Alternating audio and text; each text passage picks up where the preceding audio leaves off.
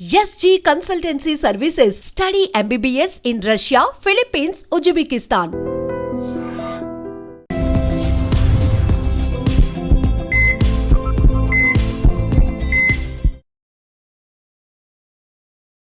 నమస్తే, welcome back to IT media మన ఆయుర్వేదం ప్రోగ్రామ్ కి అందరికీ స్వాగతం. సో ఈ రోజు మనతో ఉన్నారు వంటింటి చిట్కాలకు కేర్ ఆఫ్ అడ్రస్ అయిన చిట్టిబొట్ల మధుసూదన్ శర్మ గారు. చాలా మందిలో ఉండే ప్రాబ్లం మోకాళ్ళ నొప్పుల గురించి ఈరోజు తెలుసుకుందాము. చిన్న వాళ్ళ నుంచి పెద్దవాళ్ళ వరకు కూడా మోకాళ్ళ నొప్పుల సమస్యలతో బాధపడుతున్నారు. మరి ఇంట్లో ఎలాంటి చిట్కాలు పాటించి లేదా ఏదైనా రెసిపీలతో తగ్గించుకోవచ్చా, ఎలా ఉంటే మోకాళ్ళ నొప్పులు తగ్గే అవకాశం ఉంటుంది అడిగి తెలుసుకుందాం. నమస్తే సార్. నమస్తే అమ్మా. ఎలా ఉన్నారు సార్? బాగున్నానమ్మా. సో మోకాళ్ళ నొప్పులకి ఇప్పుడు ఒకప్పుడు పెద్దవాళ్ళలో పెద్ద ఏజ్ వాళ్ళలో నడవలేకపోతుండేవాళ్ళు. ఇప్పుడు అర్లీ 30స్‌లో కూడా మోకాళ్ళ నొప్పులని అందరూ అంటున్నారు. సో దీనికి ఏదైనా ఆయుర్వేదంలో మంచి పరిష్కారం గాని, తగ్గడానికి ఒక చిట్కా గాని చెప్పండి. చాలా చాలా ఉన్నాయమ్మా. ఇంతకుముందు కూడా గత కొన్ని వీడియోల్లో మనం పైపుత మందుకు ఎలా ఔషధం తయారు చేసుకొని వాడుకోవాలి, పేస్ట్ ఎలా తయారు చేసుకోవాలి, అదేవిధంగా ఆయిల్స్ ఎలా తయారు చేసుకోవాలి అని కొన్ని మనం చెప్పడం జరిగిందమ్మా. అట్లే కడుపులో కూడా క్షేమదాయకంగా సైడ్ ఎఫెక్ట్స్ లేకుండా సైడ్ బెనిఫిట్స్ ఉండేటువంటి అనేక రకాలైనటువంటి ఒంటింట్లో దొరికేటువంటి ఆహార పదార్థాలతోనే ఔషధంగా మలుచుకొని ఎలా మనం తయారు చేసుకొని ఆ మోకాళ్ళ నొప్పి నుంచి ఎలా బయటపడాలో తెలుసుకోవడం జరిగిందమ్మా. మరి చాలామందికి ఉండేటువంటి అత్యంత సర్వసాధారణమైనటువంటి సమస్య కాబట్టి మరి చాలామంది అనేక రకాలైన ఫార్ములాస్ కోసం కూడా ఎదురు చూస్తుంటారమ్మా. సో అందరి కోసము మరొక అనుభూతమైనటువంటి సింపుల్ రెమెడీ చెప్తానమ్మా. ఇది కూడా అన్నీ మనకు తెలిసినటువంటివే, అన్నీ మనకు దొరికేటువంటి పదార్థాలే. తెచ్చుకోవడం సులువు, తయారు చేసుకోవడం సులువు, వాడుకోవడం సులువు, రిజల్ట్స్ కూడా సులువుగా వస్తాయమ్మా. అది దీని యొక్క ప్రత్యేకత కూడా. ఎలాగంటే అమ్మా, పుదీనా ఆకు దీనికి అవసరం అమ్మా. పుదీనా మీరు చాలా ఆశ్చర్యపడతారమ్మా. సడన్గా పుదీనా అంటే ఏదో రుచి కోసము, సువాసన కోసము మనం ఒంటి ఆహార పదార్థ ద్రవ్యంగా వాడుతుంటాం, కానీ ఈ మోకాళ్ళ నొప్పులు కూడా చాలా అద్భుతంగా పనిచేస్తుందమ్మా పుదీనా. దాంతో యాక్చువల్గా ఏమంటే మెంథాల్ అని చెప్పేసి ఒక కెమికల్ కూడా తయారు చేస్తారమ్మా. అది కూడా పెయిన్ రిలీవర్గా వాడుతుంటారు. ఈ యొక్క పుదీనా ఆకులను తెచ్చుకొని శుభ్రం చేసేసి, అంటే కడిగేసేసి, అదేవిధంగా తుడిచేసేసి బాగా ఆరబెట్టేసేసి పౌడర్ తయారు చేయాలమ్మా. సో పుదీనాకును ఆరబెట్టేసేసి పౌడర్ తయారు చేసుకొని 25 గ్రామ్స్ తీసుకోవాలి. అట్లే శొంఠి పొడి అమ్మా. శొంఠి పొడి కూడా మనకు మార్కెట్లో దొరుకుతుంది. అదేవిధంగా శొంఠి కొమ్ములు దంచి మనం తయారు చేసుకోవచ్చు. సో ఆ శొంఠి పొడి ఒక 25 గ్రామ్స్ తీసుకోవాలి. అట్లే నల్ల జీలకర్ర అమ్మా. సో జీలకర్ర 2 రకాలు. సార్ మామూలుగా వాడేటువంటి జీలకర్ర అందరికీ తెలిసినటువంటిదే. ఆహార పదార్థాల్లో వంటకాల సువాసనకు, రుచి కోసము ఏమో జీర్ణశక్తిగా ఉపయోగపడేందుకు మనం ఈ పోపుల డబ్బాలో ఈ యొక్క మామూలు జీలకర్ర పెట్టుకుంటాం అమ్మా. సో ఇక్కడ ఈ యొక్క ఫార్ములాకు వాడుకోవాల్సింది నల్ల జీలకర్ర. నల్ల జీలకర్ర కూడా మనకు మార్కెట్లో దొరుకుతుందమ్మా. నల్ల జీలకర్ర తెచ్చుకొని శుభ్రం చేసేసి పౌడర్ లాగా తయారు చేసుకొని ఒక 25 గ్రామ్స్ నల్ల జీలకర్ర తీసుకోవాలి. చివరగా మిరియాల పొడి ఒక 10 గ్రాములు తీసుకోవాలి. సో పుదీనా, అదేవిధంగా శొంఠి, నల్ల జీలకర్ర ఈ యొక్క చూర్ణాలు ఒక్కొక్కటి 25 గ్రాముల చొప్పున తీసుకుంటే మిరియాల పొడి మాత్రం 10 గ్రాములు తీసుకోవాలమ్మా. ఇవన్నీ బాగా కలిపేసేస్తే బ్రహ్మాండమైనటువంటి మోకాళ్ళ నొప్పులు తగ్గించేటువంటి చూర్ణం రెడీ అయిపోతుంది. దీన్ని ఒక గాజు సీసాలో నిల్వ ఉంచుకొని రోజు ఉదయం ఆహారానికి ఒక 10 నిమిషాల ముందు, రాత్రి ఆహారానికి ఒక 10 నిమిషాల ముందమ్మా.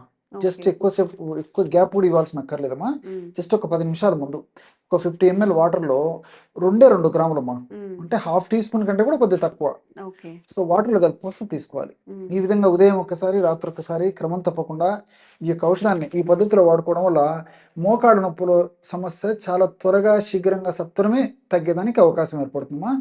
సో ఇందులో ఉన్నటువంటి ఔషధ గుణాలు అన్నిటిలో కూడా అమ్మా, పుదీనాలో కానీ, అదేవిధంగా శొంఠిలో కానీ, నల్ల జీలకర్రలో కానీ, అట్లే మిరియాల్లో కానీ, ఈ 4 పదార్థాల్లో కూడా అద్భుతమైనటువంటి మోకాళ్ళ నొప్పులను తగ్గించేటువంటి ఔషధ గుణాలు ఉన్నాయమ్మా.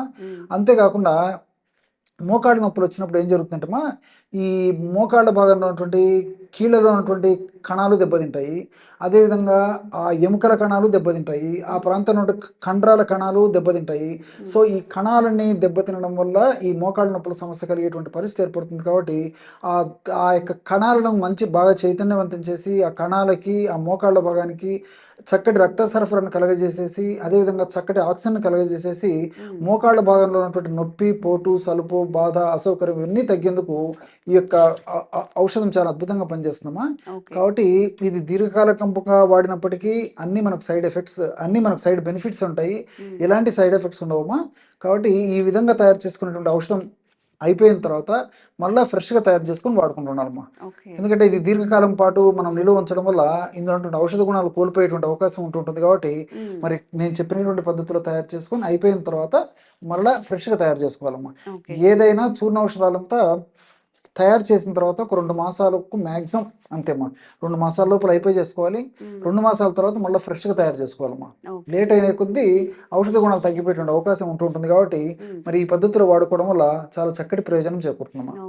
సో ఇవన్నీ ఇంట్లో తయారు చేసుకోలేము, బయట ఏదైనా స్టోర్స్లో రెడీమేడ్గా దొరుకుతాయని కూడా చాలా మంది అడుగుతూ ఉంటారండి. దీనికి ఏదైనా ఆల్టర్నేట్ అనేది బయట దొరుకుతుందా? చాలా ఉన్నాయమ్మా.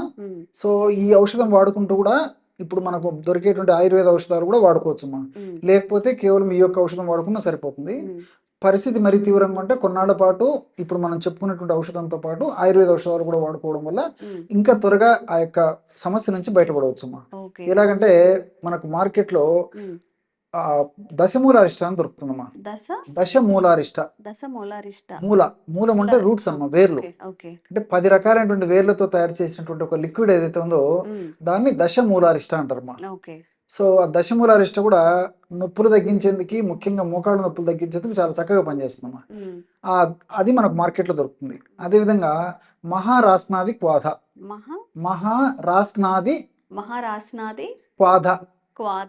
రాసన అంటే మనం ఏదో తాగే రాసన అనుకుంటామా, మనం మామూలుగా ఈ డ్రింక్ రాసన అనుకుంటాము. రాసన అని ఒక మూలికమా, ఒక వేరు. మహారాస్నాది క్వాధ అమ్మా. ఇది సంస్కృత పదాలు కాబట్టి కొంచెం అలానే ఉంటాయా, ఆ నేమ్ తోనే ఉంటాయా? అదే నేమ్తో దొరుకుతాయమ్మా. అందుకే ఫస్ట్ది దశమూలారిష్ట. దశ అంటే 10, మూల అంటే వేర్లు, 10 వేర్లతో తయారు చేసినటువంటి ఔషధం కాబట్టి దశమూలారిష్ట. మహారాస్నాది క్వాధ, రాస్న అనేటువంటి ఔషధం ప్రత్యేకంగా దాన్ని ఎక్కువ భాగం ఉపయోగించేసేసి తయారు చేసినటువంటి లిక్విడ్ ఏదైతే ఉందో దాన్ని మహారాస్నాది క్వాధ అంటారు. క్వాధ అంటే లిక్విడ్ అనే రూపంలో చెప్పుకోవచ్చమ్మా. కషాయం క్వాధ మనకు లిక్విడ్ రూపంలో దొరుకుతుంది.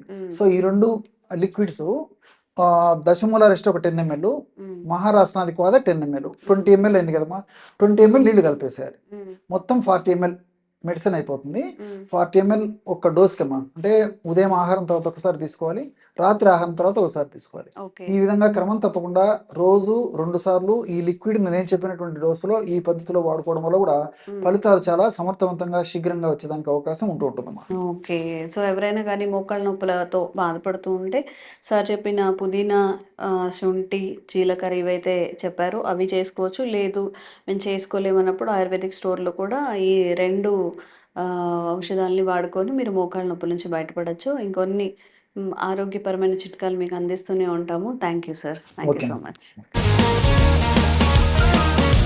Sir, one life lesson what medicine has taught you. Whatever you can do without expecting.